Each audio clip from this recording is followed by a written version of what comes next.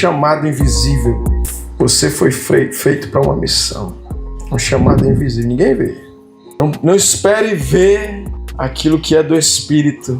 Você é um Espírito, amém? Você tem uma alma e você habita em um corpo.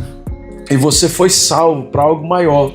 Muita gente acredita que a salvação é o ponto final da jornada cristã, mas aceitar Jesus, aquela alegria da salvação, né? É tremenda, é maravilhoso, mas não é aí o final da história não, irmão. É só o comecinho, só o ponto de partida da jornada cristã. Na verdade, a Bíblia, ela tem detalhes, né? A Bíblia diz lá em Efésios 2:10, pois somos criação de Deus. Pois somos criação de Deus, realizadas em Cristo Jesus, para fazermos boas obras, as quais Deus preparou antes para nós as praticarmos. Amém? Quando vem a salvação, irmão, a maior obra nessa terra é a obra da salvação. Quando Jesus entregou sua vida na morte para fazer essa obra de salvação, foi a boa obra, ele ficou satisfeito, ele verá o fruto do seu penoso trabalho, da obra que ele realizou, ele ficará satisfeito.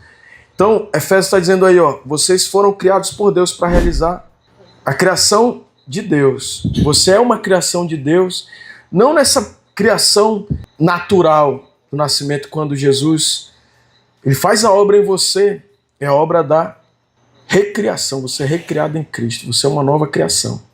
Amém? Regenerado, ou seja, gerado de novo. Quando ele diz assim, não foi por vontade da carne, nem do sangue, mas de Deus. João 1, né? 11 e 12. Mas a todos quantos o receberam, deu-lhes o poder de se tornarem filhos de Deus, aos quais creram no seu nome. Que não nasceram da vontade da carne, não foi um nascimento natural ali, quando um homem ou uma mulher tem uma vontade carnal, coabitam e você nasceu naturalmente, mas da vontade de Deus. É realizado em Cristo. Para quê? Para ficar só nessa salvação gostosa, maravilhosa? Não.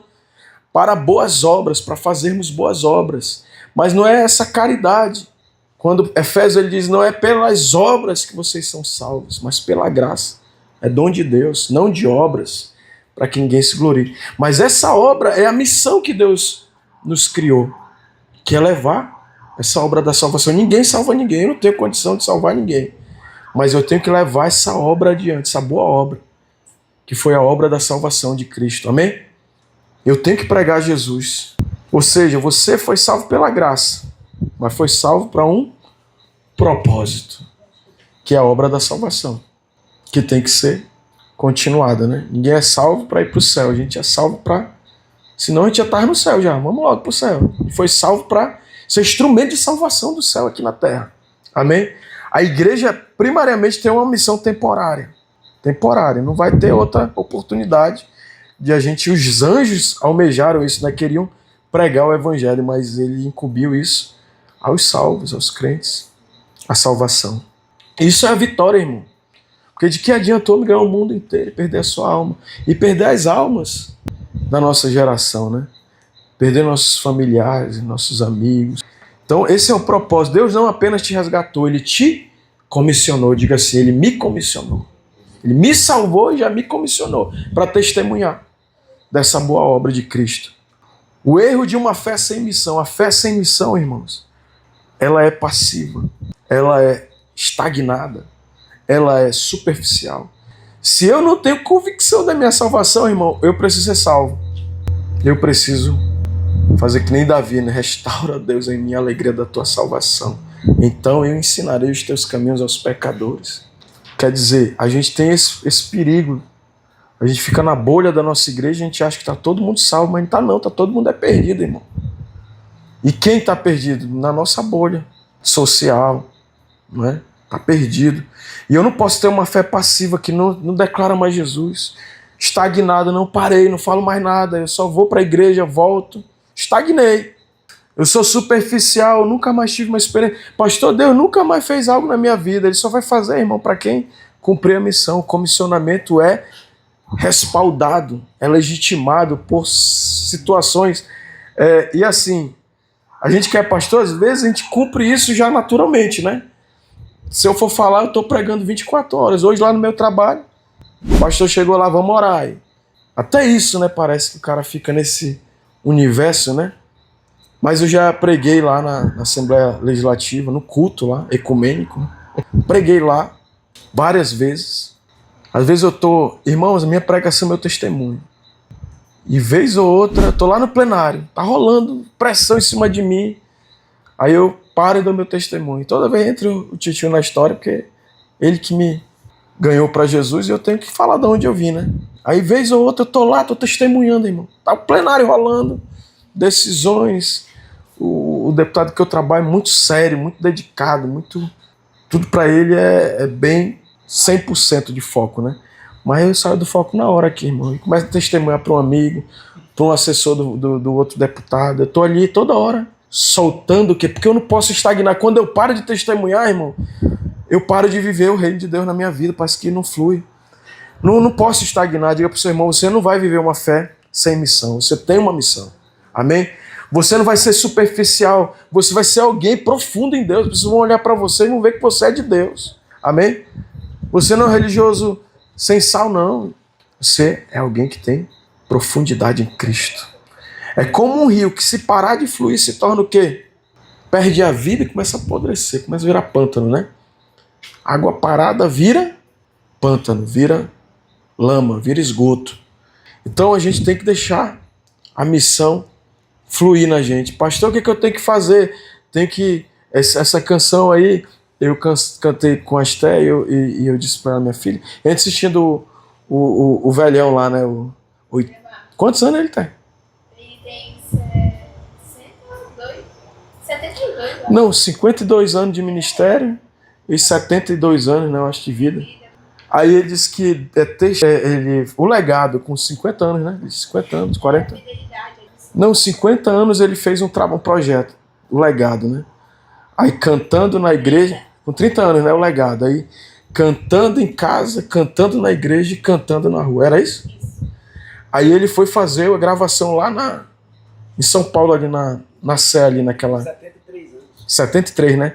Aí ele fez 30 anos, ele disse, eu vou fazer o que sempre foi feito, né? Cantar em casa, cantar na igreja. Aí ele fez três álbuns, né? Um cantando em casa, cantando na igreja e cantando na rua. Ele disse que quando ele começou a cantar na rua, e aí ele levantou, ele chorou, a gente chorou que só, não foi, ainda tá assistindo. Ele levantou a adoração lá na Praça da Sé ali, cheio de mendigo, né? Tinha morador de rua, né? São Paulo é cheio de morador de rua, né? A última vez que eu fui lá faz tempo, mas eu acho que... Agora Manaus está cheio de morador de rua, né? Que não tinha. Mas São Paulo era algo muito... E aí disse que foi se juntando um bocado de morador de rua. E ele cantando lá. E aí quando ele olha, as pessoas chorando, aquele ambiente da... Aí terminou, eu nem sabia que Grande é o Senhor era uma versão que ele tinha feito da Hosanna Music, um ministério lá americano, né? E aí ele disse que ele já ia fazer o encerramento, né? Aí uma moradora de rua lá chorando, canta Grande é o Senhor. Aí disse que a banda dele era boa, nem estava no repertório. Ele disse, vamos cantar. Todo mundo, grande e muito digno de louvor. Terceira versão. Cantou, nem estava no script. Na cidade do nosso, meu irmão, e aquela atmosfera da presença de Deus lá na praça. Mas Deus só se move se a gente for pra rua, irmão. Ajunta-te a esta carruagem, né? O livro do T.L. Osborne, né? A gente tem que ir pra rua, tem que ser corpo de Cristo lá na nossa realidade. Essa canção, que não estava no script dele, não estava no repertório, ficou quantas visualizações? Metade. 102 milhões de visualizações, Grande é o Senhor, nessa versão que não estava para... A metade do Brasil cantou. Aí ele disse, rapaz, e começou de novo as igrejas cantarem. Aí a pessoa perguntando, qual é o segredo e tal, de longevidade, de fidelidade, de mover de Deus, né? Aí ele foi falando, rapaz, nunca, na verdade, eu não quis nada, eu quis só ser conduzido por Deus, só fazer aquilo que Deus quer. Nunca me projetei em nada, só fui guiado pela... E quando a gente é guiado, irmãos, Deus tem uma missão que é invisível. Só percebe quem se move nela, quem vai profundamente em Deus. Porque Deus está profundamente em mim e em você. Ele não está pela metade, ele não te salvou só um pouquinho da tua vida, ele te salvou completamente. Ele está em você e ele quer que você seja instrumento de salvação. Ele quer fluir, assim como o Pai me enviou. Jesus nunca chamou pessoas só para acreditar. Ele chamou pessoas para seguir e fazer assim como o Pai me enviou. Eu também envio vocês. Da mesma forma que eu fui enviado por Deus. Esse é o ano do envio, né? Que me pedes agora, disse ao rei, que me envies. É tempo de a gente ser enviado de novo, queridos. É tempo de a gente tirar... a chuteira tá pendurada, meu irmão, vou lá pegar minha chuteira e vou entrar no campo. E vou fazer gol, esse ano de Copa, né? Nossa Copa, irmão, nosso gol é trazer gente para Jesus. A gente não salva ninguém, não. Mas a gente leva pessoas até Jesus e Ele salva. Pelo poder do Evangelho, pelo poder da palavra, pelo poder da presença dEle. Ele envolve pessoas, Ele muda. Amém? Assim como Jesus foi enviado, diga assim, eu fui enviado também. Todo salvo é um enviado. Não é o missionário, não é o pastor. Todo salvo é enviado. Existir versus viver com propósito. Existir é uma diferença enorme. O que é existir? O cara existe. Viver por viver. Reagir à vida. Apenas cumprir uma rotina. Sobreviver. Coisas assim que a maioria de nós tem uma tendência a só existir. Mas viver com propósito é outra parada, irmão. É viver com direção, é... Deus, eu tô aqui. Cara, viver com Deus é muita loucura. Eu fui almoçar com a minha mãe, meus irmãos, minha prima lá. E aí eu comecei a testemunhar. Na mesa de um restaurante lotado, quente. Comecei a testemunhar. Viver com Deus é algo maravilhoso, irmão. Não é religião.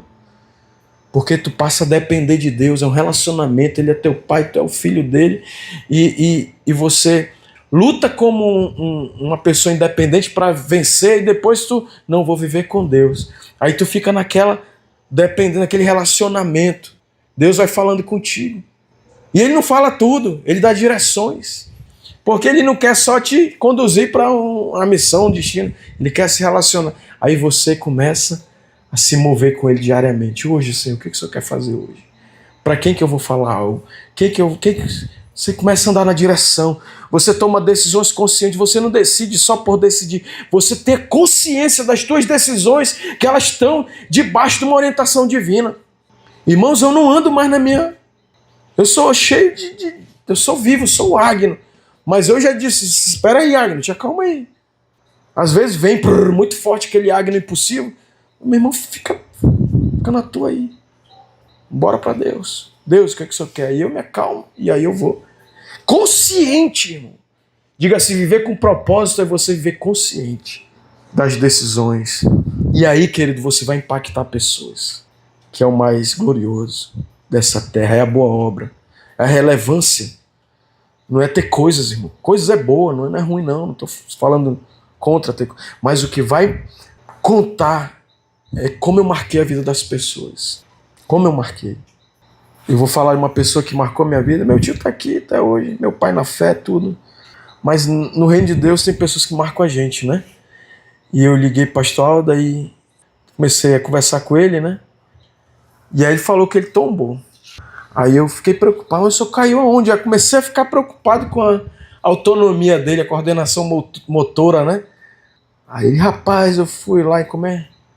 Não, ele foi em Porto de Galinhas, aí aluguei um carro. Eu digo, tá com a autonomia dele. Aluguei um carro e fui.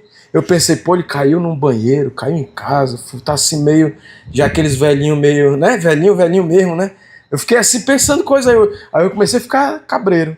Eu até falo pro pastor Xavier, né? Tem pessoas que vai chegando uma idade e você começa já a ficar com aquela loucura, né? Quando que vai ser o último dia? Eu tenho que estar perto, eu não posso perder mais um tempo com ele, né? O cara olha pro pai, pra mãe, né? Vai envelhecendo, você começa a pensar nisso, né? Eu olho pra minha mãe fala, meu irmão, em morte, fala. 66 anos, aí começa a falar em morte. Aí, meu irmão, mãe, ainda bem, mano. Todo mundo que eu vejo que quer morrer, não morre. Pode falar que a senhora quer morrer. Aí o cara que não tem maior medo de morrer, mas essa é a sensibilidade que a gente tem, né, da morte, né? A gente fica, quanto mais a gente está com 20 anos, a gente está nem aí, a gente pensa que a vida é eterna aqui na Terra.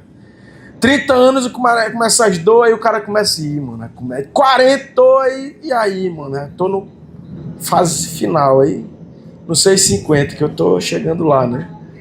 Aí o cara já começa, né? E aí eu falando com ele, né? Eu disse... E eu querendo aconselhar, preocupado mesmo. Eu disse, mas o senhor tá na academia, pastor? Ele disse, eu só ouvi uma voz, Agnes. Quando eu ia caindo, eu ouvi uma voz. Não bate a tua cabeça. Aí, lá em Maragogi, aí eu na minha cabeça, que eu não falei pra ele, né? Ainda bem que ele caiu. Maragogi é um lugar maravilhoso pra cair, mas depois nenhum lugar é bom pra cair, né? Eu nunca fui. Ele disse, Maceió muito bonito, Agnes. Lindo, lindo, lindo Maceió, ele falando. Aí eu, beleza, pastor. O senhor tá na academia, eu preocupado, né? Aí, como é que o senhor tá? Só musculação. Falo pros outros que só, né? E falho que só. Aí ele, rapaz, eu resolvi. Aí eu lembrei, ele me falou isso já faz tempo, já faz anos. Ele disse, eu resolvi, Agnes, na academia. Eu tô pagando personal e eu não gosto de dar desculpa, né? Aí o cara liga, e aí, tá chegando? Aí eu vou. Eu pago ele. Aí o cara pensa que é moda, né? Que é coisa que não tem lá. Mas, meu irmão, às vezes o cara tem que pagar pra poder se obrigar. Eu sou obrigado agora aí, eu vou. Aí eu, beleza. Então por isso que eu acho que o senhor teve uma reabilitação rápida, né? Teve ali reflexo e tal, né? 75 anos. Aí eu com medo já de desagradar ele, né? Eu disse, pastor, eu tô lhe ligando para pedir permissão do senhor. Eu não quero lhe preocupar para o negócio da declaração de imposto de renda. Ele, meu irmão, Agnes, você é meu filho, eu vou fazer isso para você, né? Aí eu disse, aí eu fico constrangido, né? Não, beleza, pastor. Aí depois eu fui falar para minha família, né? Sobre o pastor Aldo, né? Aí a gente é pai, a gente tem que falar e ir lá com o pastor Aldo, que ele é ocupado mesmo e tem que ir lá com ele. Porque para mim ele é um vozão, né? Então, por que eu tô falando isso? Porque, irmãos, é as marcas que a gente deixa nas pessoas, né? Eu não sou da família dele, eu conheci ele na caminhada do reino, né? Mas hoje tem uma consideração. No Dia das Mães, né? Como é que eu falo da pastora Edna? Ela não é minha mãe. Mas eu me lembro do dia que eu chegava na igreja que eu não tinha relacionamento com ela e fui criando vínculo, né? Caminhando aí, ela, Agnes, ajeita aqui a tua camisa. Ajeita aqui essa gravata. Aqui tá ruim. Aí aquele abraço gostoso, né? Cheiroso. Aí o menino lembra do cheiro dela. Isso me desafia, irmão, e eu quero te desafiar a você marcar a vida das pessoas. A você deixar um legado que... Herança, né? O cara deixa, é bom também, vou deixar uma casa, um carro para não sei quem, não sei o quê. Mas deixar legado, deixar marcas dentro das pessoas, indelével, que ninguém pode tirar. Então, impactar pessoas. Diga assim, você está nessa terra. Não é só para possuir coisas, não, é para impactar a vida das pessoas. Isso é o grande propósito da nossa existência, né? A gente às vezes foca só em coisas, né? Coisas. Daqui a pouco, a gente vai deixar aí para trás para ferrugem. Não, vou focar em pessoas, vou marcar a vida de... Você generoso com alguém, você amoroso, cuidadoso, você empático com alguém, vou me compadecer de alguém no sentido de vou sentir a dor de alguém. Amém?